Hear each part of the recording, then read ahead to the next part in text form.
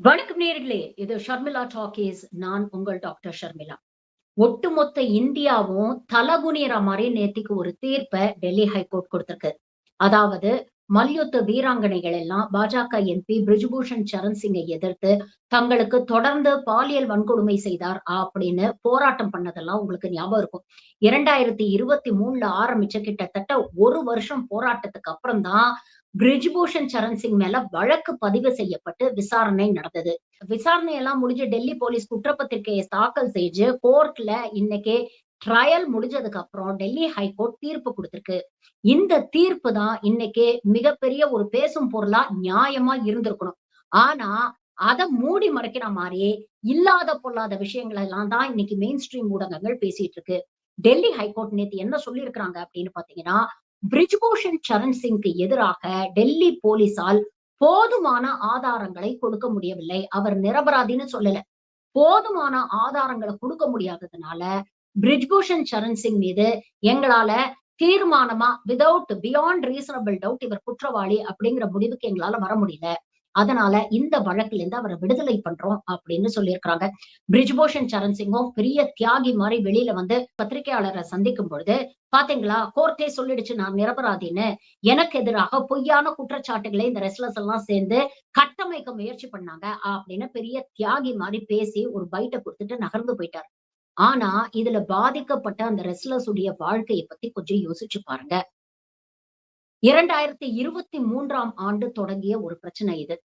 பல்வேறு ரெஸ்லர்ஸ் அதுவும் குறிப்பாக பெண் ரெஸ்லர்ஸ் எல்லாரும் ரெஸ்லிங் ஃபெடரேஷன் ஆஃப் இந்தியாவுடைய சேர்மனாக, ஹெட்டாக இருக்கக்கூடிய பிஜேபி எம்பி பிரிஜ்பூஷன் சரண் சிங்க்கு எதிராக டெல்லி ஜந்தர் மந்தர்ல போராடுறாங்க. பிரிஜ்பூஷன் சரண் சிங் தொடர்ந்து அவர்களுக்கு பாலியல் தொல்லை கொடுத்ததாக குற்றச்சாட்டு வச்சாங்க. ட்ரெய்னிங் செஷன்ஸ் பொழுதும், வெளிநாடுகளுக்கு காம்படிஷன்ஸ்க்கு போகும்பொழுதும் தவறாக தங்களோடு நடக்க முயற்சி செய்தார். இதுல ஒரு சின்ன சிறுமி கிட்ட கூட இந்த ஆளு சிலுமிஷம் பண்ண முயற்சி பண்ணியிருக்கிறாரு. அவருக்கு எதிராக ஒரு நீண்ட நெடிய சட்ட போராட்டத்துக்கு அப்புறம் சுப்ரீம் கோர்ட் வரைக்கும் போயி, சுப்ரீம் கோர்ட் டெல்லி போலீஸ்க்கு இவ்வளவு நாள் போராடுறாங்களே, ஒரு கேஸ கூட ஃபைல் பண்ணாம நீங்க என்ன கிழிச்சுக்கிட்டு இருக்கீங்க அப்படின்னு கேட்டதுக்கு அப்புறம் தான் பிரிஜ்பூஷனுக்கு எதிராக ஒரு பாக்ஸோ வழக்கும் ஃபைல் செய்யப்பட்டது. அதுக்கப்புறம் அந்த குழந்தையுடைய தந்தைய மிரட்டி, உருட்டி அந்த கேஸ வாபஸ் வாங்க வச்சாங்க. ஆனா, மத்த மல்யுத்த வீராங்கனைகள்லாம் தொடர்ந்து இவர் மேல இந்த பாலியல் குற்றச்சாட்ட வச்சோன்ன, ஒரு கட்டத்துல வேற வழியே இல்லாம டெல்லி போலீஸ் இவர் மீது வழக்கு பதிவு பண்ணி விசாரணை நடத்து, ஆமா, இவர் பாலியல் வன்கொடுமையில ஈடுபட்டாரு, பாலியல் தொல்லை தொடர்ந்து குடுத்துட்டு இருந்தாரு அப்படிங்கிறதுக்கு போதுமான ஆதாரங்கள் இருக்கு அப்படின்னு ஆதாரங்கள திரட்டி, அதுக்கப்புறம் டெல்லி ஹைகோர்ட்ல போய் வழக்க வைக்கிறாங்க. இதற்கு இடையில் பிரிஜ்பூஷன் சரண் சிங் தன்னுடைய செல்வாக்க, தன்னுடைய பணத்த பயன்படுத்தி, இந்த வழக்குல இருக்கக்கூடிய சாட்சிகள, இந்த வழக்கில் இருக்கக்கூடிய வாதிகள், அதாவது இந்த வழக்கு கொடுத்த பெண்கள், அவங்களுடைய குடும்பம், அவங்களுடைய பெற்றோர்கள் எல்லாரையும் உருட்டி, மிரட்டி, பல பேர முன்னுக்கு பின் முரணாக ஒண்ணு கேஸ வாபஸ் வாங்குனாங்க. இல்ல இந்த கேஸ்ல இருந்து நாங்க வெளியேறுறோம் அப்படின்னு சொல்லி இந்த கேஸ்ல இருந்து வெளியேறிட்டாங்க. இப்படி பல பேர உருட்டி, மிரட்டி இந்த கேஸ்ல இருந்து வெளியேத்துனாங்க. இதற்கும் படியாத இன்னும் சில பேர் கடைசி நிமிஷம் வரைக்கும் நாங்க தொடர்ந்து இந்த வழக்க நடத்தி முடிப்போம் அப்படின்னு தைரியமா கோர்ட்ல அவங்களுக்கு நியாயம் கிடைக்கும் அப்படிங்கிற எதிர்பார்ப்புல காத்துட்டு இருந்தாங்க. ஆனா இன்னைக்கு கோர்ட் அவங்கள ஏமாத்தி கைவிட்டிருக்கு. வெளியில வந்த பிரிஜ்பூஷன் சரண் சிங்க்கு வெக்கமே இல்லாம இந்த சங்கிய கூட்டம் மாலை போட்டு வரவேற்று ஏதோ பெரிய சாதனையை இவர் பண்ணிட்ட மாதிரி கொண்டாடிட்டு இருக்கு.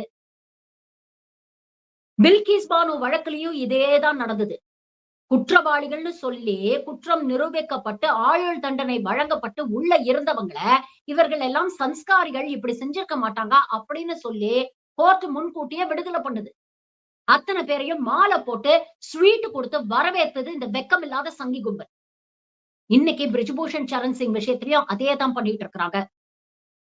உங்களுக்கு எல்லாம் நல்லா ஞாபகம் இருக்கும். 2023ஆம் ஆண்டு இப்படிப்பட்ட ஒரு மிகப்பெரிய போராட்டம் நடக்கும் பொழுதுதான் புது பார்லிமெண்ட்ல திறந்து வைக்கிறாரு பிரதமர் நரேந்திர மோடி.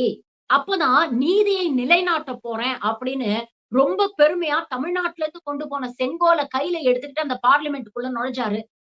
அவர் பார்லிமெண்ட்டுக்குள்ள செங்கோலோட நுழையிற அதே நேரத்துல நாய அடிச்சு தூக்கிட்டு போற மாதிரி ஜந்தர் மந்தர்ல இருக்கக்கூடிய அந்த வீராங்கனைகள், போராடிய வீராங்கனைகளை இழுத்துட்டு போனாங்க தரதரன்னு. இதுதான் நீதியை நிலைநாட்டக்கூடிய லட்சணமா அப்படின்னு அன்னைக்கு பல பேர் கேள்வி கேட்டாங்க. ஒரு கட்டத்துல போராடி அலுத்து போன இந்த வீராங்கனைகள் அவங்களுடைய ஒலிம்பிக் மெடலையே கொண்டு போய் கங்கையில போடுறோம் அப்படின்னு சொல்லி நின்னாங்க. நீங்க கொடுக்கக்கூடிய மரியாதையும் எங்களுக்கு வேண்டாம். இன்னொரு பக்கம் எங்களை இப்படி அலக்கழிச்சு எங்களை அச்சுறுத்துறீங்களே, இதுவும் எங்களுக்கு வேண்டாம். இன்ஃபாக்ட் ஒரு கட்டத்துல இந்த வல்யுத்த வீராங்கனைகள் என்ன சொன்னாங்க அப்படின்னா, எங்களுக்கு தொடர்ந்து இது போன்ற பிரச்சனைகள் இருக்கு அப்படிங்கிறத பிரதமர் நரேந்திர மோடிக்கு ஏற்கனவே நாங்க கடிதம் மூலமா சொல்லியிருக்கோம். இது தெரிஞ்சும் தன்னுடைய கட்சி எம்பியான பிரிஜ்பூஷன் சரண் சிங் மேல பாஜக எந்த நடவடிக்கையும் எடுக்கல. காரணம் என்னன்னா, யூபில மிகப்பெரிய செல்வாக்கு பெற்ற எம்பி பிரிஜ்பூஷன் சரண் சிங். கிட்டத்தட்ட 30 தொகுதிகளுக்கு மேல இவருடைய கண்ட்ரோல்ல இருக்கு. 50க்கும் மேற்பட்ட காலேஜஸ் நடத்திட்டு இருக்கிறாரு. பணம், அதிகாரம், பவர் எல்லாமே இவர் கையில இருக்கு. அப்படிப்பட்ட ஆள நமக்கு யூபி தேர்தல்ல லூஸ் பண்ண முடியாது.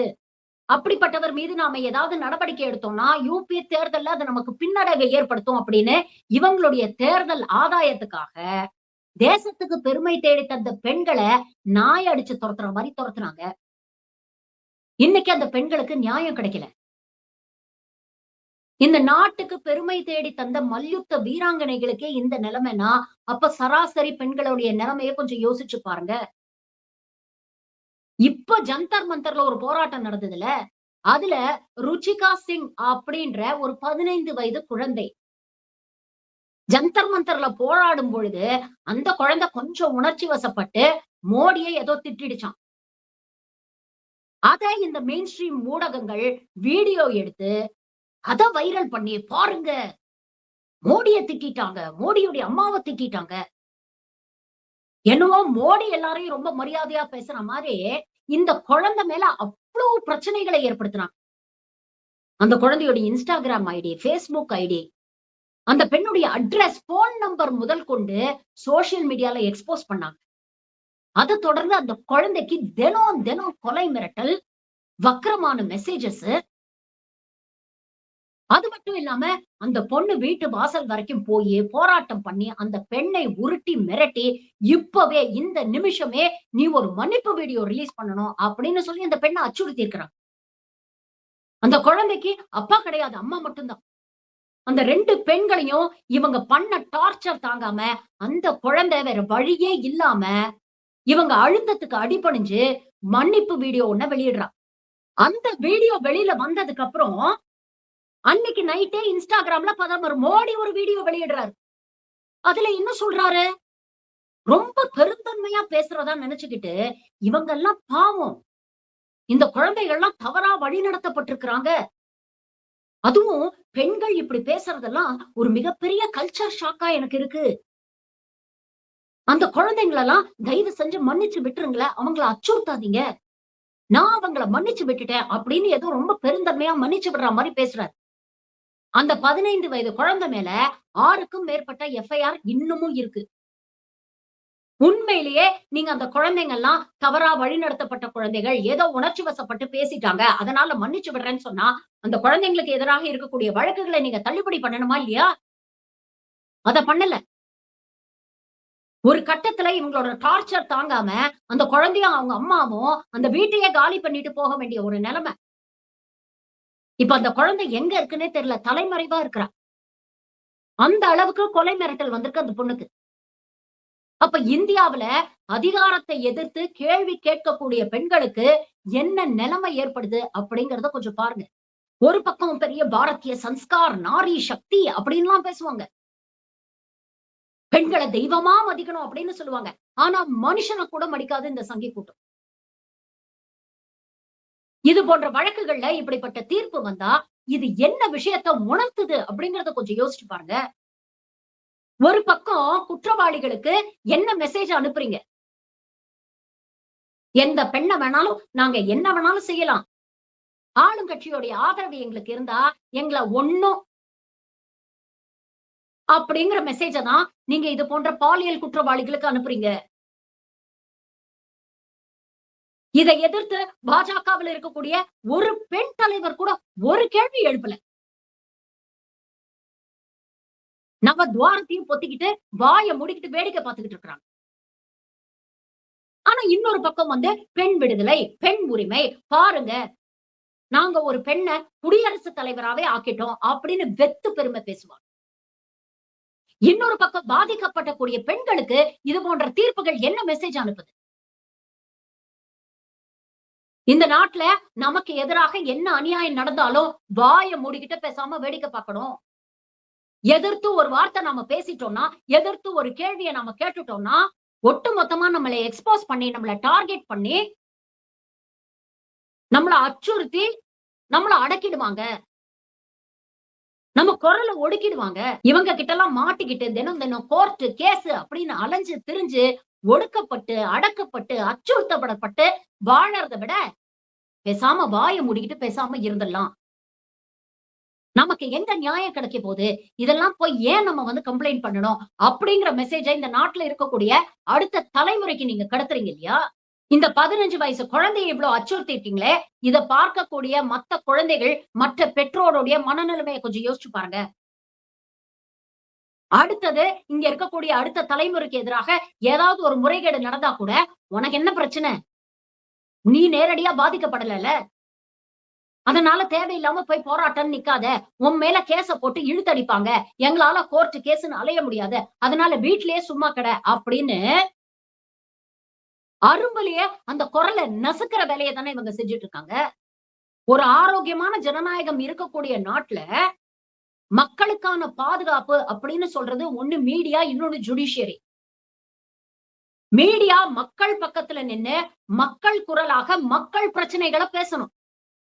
ஆனா இன்னைக்கு இருக்கக்கூடிய கோதி மீடியா அரசு பக்கம் நின்னு அரசுடைய குரலாக, அரசுடைய ப்ராபகேண்டா மெஷினாக, அரசுக்கு எதிராக யாராவது பேசினா அவங்க குரலை நசுக்கக்கூடிய ஏவல் நாய்களாக வேலை செஞ்சுக்கிட்டு. இன்னொரு பக்கம் ஜுடிஷியரி. மக்களுடைய லாஸ்ட் ரே ஆஃப் ஹோப் நாம நீதிமன்றத்துக்கு போனா நமக்கு நியாயம் கிடைக்கும். நீதி தேவதையோட கண் எதுக்காக கட்டப்பட்டிருக்குன்னா, பணம், பவர், அதிகாரம், சாதி, உயர்ந்தவன், தாழ்ந்தவன், பணக்காரன், ஏழை, இந்த எந்த வித்தியாசமும் நீதி தேவதைக்கு கிடையாது. நீதிதான் முக்கியம், நியாயம் தான் முக்கியம். பாதிக்கப்பட்டவங்க பக்கத்துலதான் நீதித்துறை நிக்கும் அப்படிங்கிற நம்பிக்கையில தான் மக்கள் வருஷக்கணக்கானாலும் கோர்ட் வாசப்படி ஏறி இறங்குறாங்க. ஆனா இன்னைக்கு இருக்கக்கூடிய நீதிமன்றங்களும் நீதிபதிகளும் ஆளும் அரசுக்கு சாதகமா நடந்துகிட்டு இருக்கிறாங்க. எவன் அதிகாரத்துல இருக்கிறானோ அவனுடைய குரலாக பிரதிபலிக்கிறாங்க. அப்ப மக்களுக்கு மீடியா மேலயும் நம்பிக்கை இல்ல, நீதித்துறை மேலயும் நம்பிக்கை இல்லைன்னா கடைசியா வீதியில போராடித்தான் அவங்களுடைய எதிர்ப்பை அவங்களால பதிவு பண்ண முடியும். அப்படி வீதியில போராடினா கண்ணீர் புகையை யூஸ் பண்றீங்க, சின்ன குழந்தைங்கன்னு கூட பார்க்காம பெல்லட் கன்ஸை யூஸ் பண்ணி அவங்கள தாக்குறீங்க. ஒரு குழந்தைக்கு கண் பார்வை போயிடுச்சு, பல குழந்தைங்களுக்கு காது கேட்காம போயிடுச்சு. ஒரு பக்கம் மூச்சுக்கு முன்னொரு தடவை பாரத் மாதா கி ஜெய், பாரத் மாதா கி ஜெய் அப்படின்னு பேசக்கூடிய இந்த கும்பல் உண்மையிலேயே இந்தியாவில் இருக்கக்கூடிய பெண்களை ஒரு தாயாக, ஒரு சகோதரியாக பாக்குறாங்களா அப்படின்னு கேட்டா இல்ல. அவங்களுடைய பாலியல் இச்சைக்கான ஒரு பண்டமா தான் பாக்குறாங்க. மாறாக இவங்களை எதிர்த்து கேள்வி கேட்டா அவளுக்கு ஏகப்பட்ட பட்டம். குளோபல் லெவல்ல இருக்கக்கூடிய மீடியா இதெல்லாம் வேடிக்கை பாக்குறாங்க, சிரிக்கிறாங்க. உலகத்தின் மிகப்பெரிய ஜனநாயக நாடு அப்படின்னு வெளிநாடுகள்ல போய் மேடை ஏறி பேசுறதுல ஒரு பிரயோஜனமும் கிடையாது. இங்க களத்துல என்ன நடந்துகிட்டு இருக்கு அப்படிங்கறத ஒட்டுமொத்த உலகமும் வேடிக்கை பார்த்துக்கிட்டு இருக்கு. இந்த நாட்டுக்கு ஒலிம்பிக் மெடலை வாங்கி கொடுத்து இந்தியாவையே கொண்டு போய் குளோபல் மேப்ல ஒரு மிகப்பெரிய கௌரவத்தை ஏற்படுத்தி கொடுத்த பெண்களுக்கே இன்னைக்கு இந்த நிலைமைனா, பில்கிஸ் பானு போன்ற, ஆசிஃபா போன்ற சாதாரண பெண்களுக்கு என்ன நிலைமை யோசிச்சு பாருங்க. ஆனா இதெல்லாம் பத்தி எந்த ஊடகமும் பேசாது. வந்தே மாதரம் பாடணும், தேசிய ஒற்றுமையை போற்றி பாதுகாக்கணும். முதல்ல தேசத்துல இருக்கிற பெண்களை பாதுகாக்க கத்துக்கங்கடா. அதுக்கப்புறம் வந்தே மாதரம் பாடலாம். நன்றி, வணக்கம்.